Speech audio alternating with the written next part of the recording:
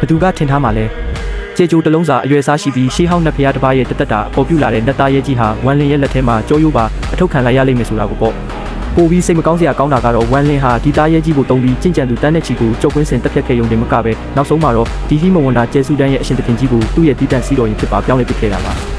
ဝမ်ရွဲကိုဘာကြောင့်ကျင့်စဉ်လောကရဲ့အတနာစရာအကောင်းဆုံးနတ်သားရဲလို့ခေါ်ကြတာလဲသူ့ရဲ့အစွမ်းကရောဘလောက်တောင်ကြောက်ဖို့ကောင်းပြီးဘလို့နည်းနဲ့ဝမ်လင်ရဲ့နောက်လိုက်လေးဖြစ်သွားရတာလဲဆိုတာကြည့်လိုက်ရအောင်ကျင့်စဉ်လောကမှာနှစ်ပေါင်းများစွာကတည်းကစကပုံတစ်ခုရှိခဲ့ပါတယ်ကောင်းကင်ဘုံမှာနာမည်ရှိရင်ရှေးဟောင်းနတ်ဖျားမှာဝမ်ရွဲရှိတယ်တဲ့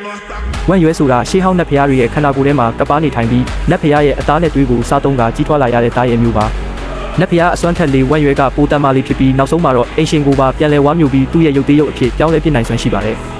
ရွှေရှာကျေကျိုးကဒီသားရဲကြီးဟာမူလကကျဲရှိပွင့်ရှေးဟောင်းနတ်ဖျားလော်ချန်စီမှာကပားနေခဲ့တာဖြစ်ပြီးနှစ်ပေါင်းများစွာစားတောက်လာခဲ့ရကနေနောက်ဆုံးမှာလော်ချန်ရဲ့ခန္ဓာကိုယ်ကိုပါထိန်းချုပ်နိုင်ခဲ့တာပါ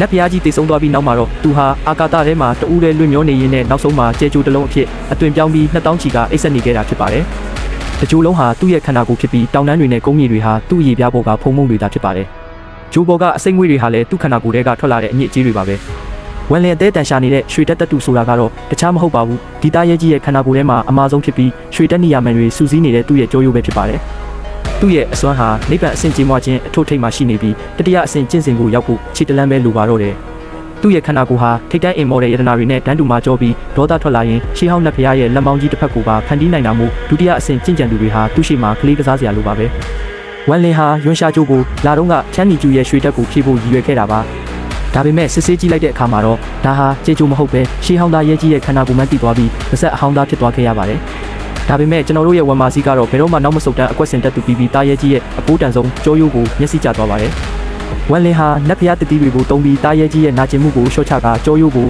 အတင်းအဓမ္မဆွဲထုတ်လိုက်ပါတော့တယ်။အဲ့ဒီချိန်မှာတင်နှစ်ပေါင်းတောင်းချီအိပ်ပျော်နေတဲ့ဝမ်ရွဲနိုးလာပြီးတကြိုလုံးအစိတ်စိတ်အမွှာပေါက်ကွဲသွားကသူ့ရဲ့တကယ်ကိုယ်တည်းကြီးထွက်ပေါ်လာပါတယ်။ဝမ်လင်တယောက်အသက်လူပြီးထွက်ပြေးခဲ့ရပေမဲ့ကြောရိုးကိုတော့ရအောင်ယူသွားနိုင်ခဲ့ပါတယ်။ကြောရိုးကိုရလိုက်တဲ့အတွက်ချမ်းနီကျူရဲ့ငါးပါးတက်ပြည့်စုံသွားပြီးဝမ်လင်ရဲ့ကျင့်စဉ်ဟာလည်းဝမ်တိန်အလဲပိုင်းကနေအထွတ်ထိပ်ကိုတဟုန်ထိုးတက်လန်းသွားခဲ့ရုံတင်မကပဲရှေးဟောင်းနတ်ဖျားခန္ဓာကိုယ်ကိုပါပြန်လဲတိဆောက်နိုင်ခဲ့ပါတယ်။နိုးလာတဲ့ဝမ်ရွဲကတော့အရန်ကိုဒေါသထွက်နေပြီးလော့ချန်နယ်မြေမှာတွေ့သမျှလူအကုန်တက်ဖြတ်နေတာကြောင့်ကျင့်ကြံသူတွေအတွက်တော့အိမ်မက်ဆိုးကြီးဖြစ်လာပါတော့တယ်။ဒါဟာလည်းဝမ်လင်ရဲ့အကွက်ထဲမှာရှိနေပြီးသားပါ။တားရဲကြီးရန်ကားနေတာကြောင့်ဝမ်လင်အတွက်ရန်သူတွေကိုရှင်းထုတ်ဖို့နဲ့လမ်းကြောင်းရှင်းဖို့ခွင့်ရေးကောင်းတွေရရှိခဲ့ပါတယ်။နောက်ဆုံးမှာတော့လော့ချန်ရဲ့အစွမ်းထက်ပုံကိုကြီးလူဘူးချစ်ကရန်မေကြီးတို့နဲ့ပူးပေါင်းပြီးဝမ်ရွဲကိုအင်အားသုံးကဖမ်းချုပ်လိုက်ပါတော့တယ်။ဖမ်းဆီးခံလိုက်ရတဲ့ဝမ်ရွဲဟာလွတ်လပ်မှုဆုံးရှုံးသွားပြီးစစ်ပွဲတွေမှာတုံးချခံရတဲ့စစ်လက်နက်တစ်ခုအဖြစ်နှိမ့်ကျသွားခဲ့ရပါတယ်။ဒါပေမဲ့ဇလန်းကဒီမှာတင်မပြီးသေးပါဘူး။နောက်ပိုင်းမှာဝမ်လင်ကရှေးဟောင်းတင်ချိုင်းမှာဝမ်ရွဲနဲ့ပြန်တွေ့တဲ့အခါသူ့ရဲ့အစွမ်းထက်ရှေးဟောင်းနတ်ဖျားစွမ်းအားတွေနဲ့ဒီသားရဲကြီးကိုလုံးဝလက်ညှိုးညွတ်ရပါစေဖို့တင်သွင်းနိုင်ခဲ့ပါတယ်။အပြင်ဘက်မှာကြောက်စရာကောင်းပေမဲ့စိတ်ထဲမှာတော့ရိုးပြီးချစ်စရာကောင်းတဲ့ဝမ်ရွဲဟာဝမ်လင်ရဲ့ကျင့်စဉ်တွေမြန်မြန်တိုးတက်လာတာနဲ့မျှတိုက်ခိုက်ရေးထက်